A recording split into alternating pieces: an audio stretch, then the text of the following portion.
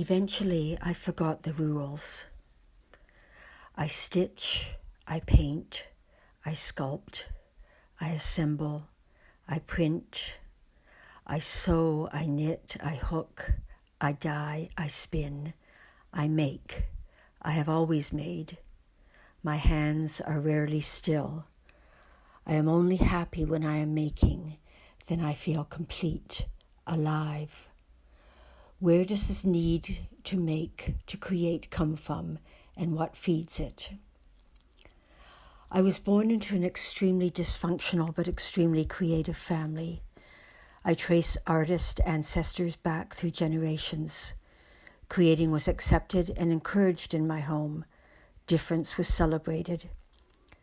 My mother studied art and worked as a commercial artist until she got married.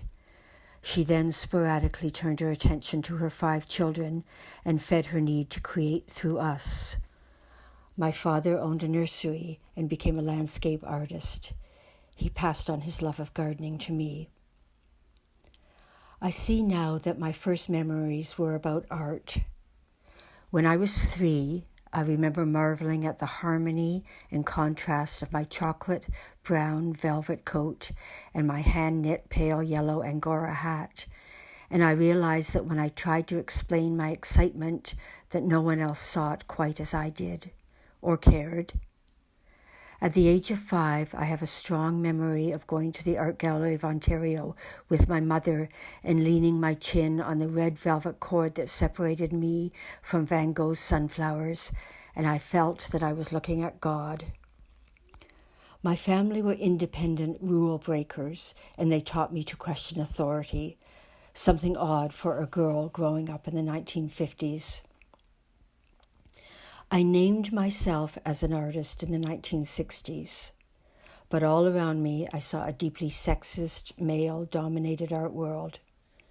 At this time, during the 60s and early 70s, art could not be psychologically vulnerable, personal, diaristic, fragile, tender, self-revealing, small, colorful, eccentric, or handmade.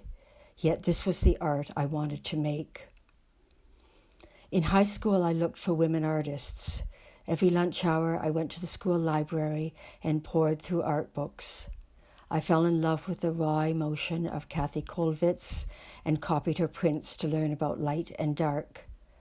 I read about the lives of Emily Carr and Georgia O'Keeffe and imagined a solitary life in nature.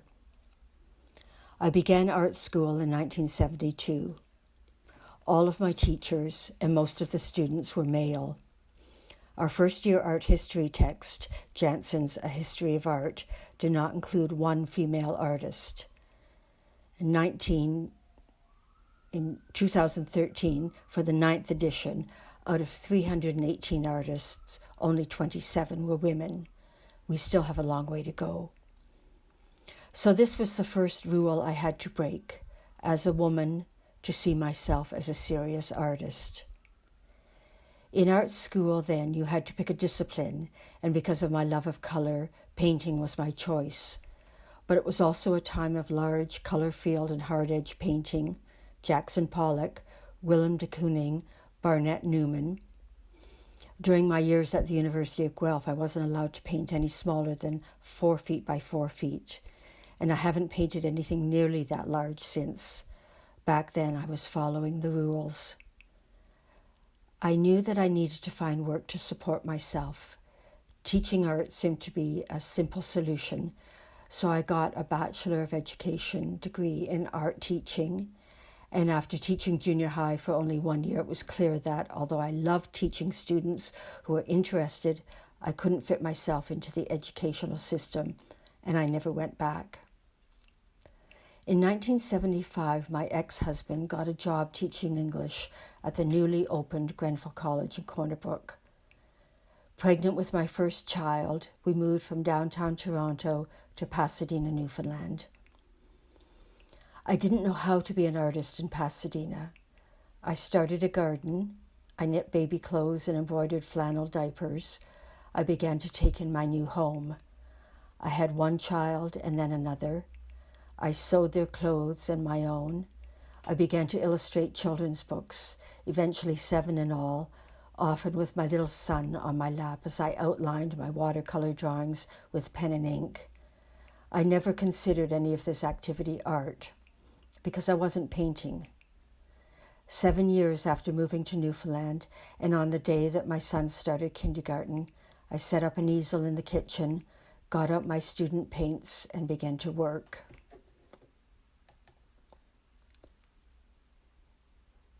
I realize now that everything I was doing in those 7 years was art. I was constantly creating, but because of my schooling, because of the strict notion of what was and wasn't art, I felt like a failure. In those days, there seemed to be a straight trajectory to having an art career. You make the work, you find a gallery that will represent you, you exhibit, and hopefully you sell. So that's what I did. I painted, I found a gallery, I had shows, occasionally I sold work.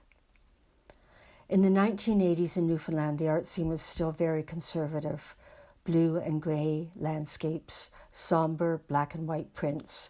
That's not what I wanted to do. I watched my children draw and paint with boldness and joy, and that's what I did. I painted the landscape but simplified what I saw around me. I felt rather than saw color. The tablelands in Trout River were orange and pink against the steel grey sky. Our little family lived in Greece for a year when my ex had his first sabbatical, and my paintings became more colorful, more imaginative and whimsical, and of course, less Newfoundland. In the mid-90s, I went back to school. My children were grown. My marriage was failing. I wanted to move forward. I wanted to know more. There was an art department in Corner Brook by this time, but again, it was very conservative. There you studied drawing, painting, printmaking, or sculpture. The library had few books on contemporary art. I needed to leave the island.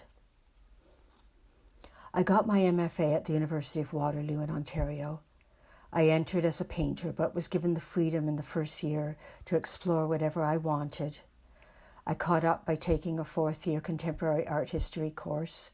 I got my hands into clay. I discovered that textiles were art. My world got larger. Returning to Newfoundland, I started teaching sessionally at the university. I loved the teaching, loved the students, but again had difficulty with the system.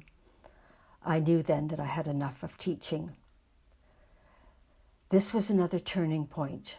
I needed to support myself, but decided I would only work part-time and would only take jobs that I loved. Work that fed my practice and didn't kill it. So I worked at a coffee shop, at an animal shelter. I worked at a nursery and a craft shop. And because I was no longer trying to keep up my CV and stay in academia, get shows at the right galleries, it gave me so much freedom to make the art that I wanted to make. I was told not to stop painting. I was told not to go back to my maiden name. I was told not to work with textiles because that was craft, and not to exhibit in craft galleries.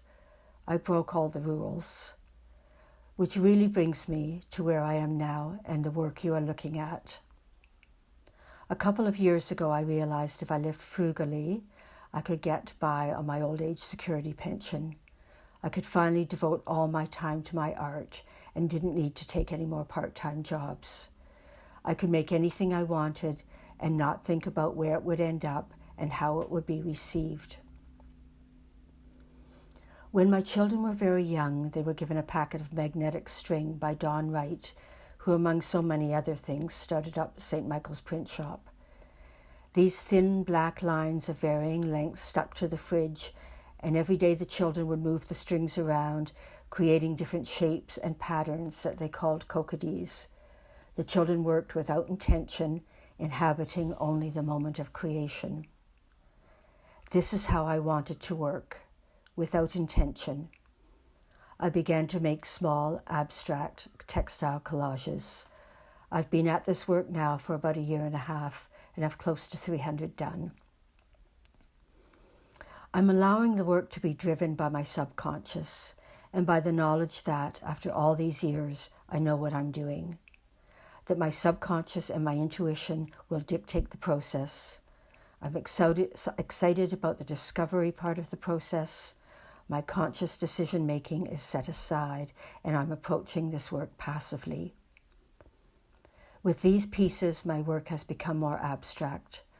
I'm being drawn more to the internal than the external world.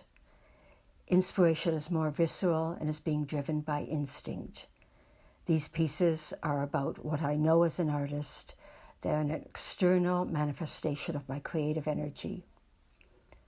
In building these collages, I'm allowing each step to dictate what comes next. I have no intention, no clear agenda, and set no preconceived boundaries. I try to empty my mind and allow the work to come to me.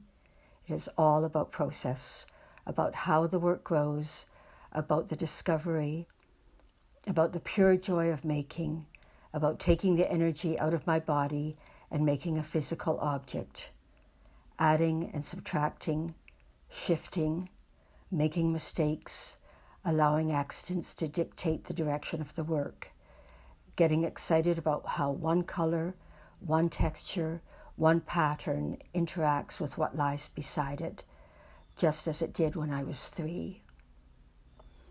Once the work is pieced and pinned, my hands take over. I fuse the work together with slow hand stitching, embroidery, and applique. I spend time with the work. The more I manipulate it, the more life I breathe into it. I carry the whole history of my life, of my world in my body, and I pour it into my work. These pieces embody all that I know as an artist, formally, intellectually, emotionally, and spiritually.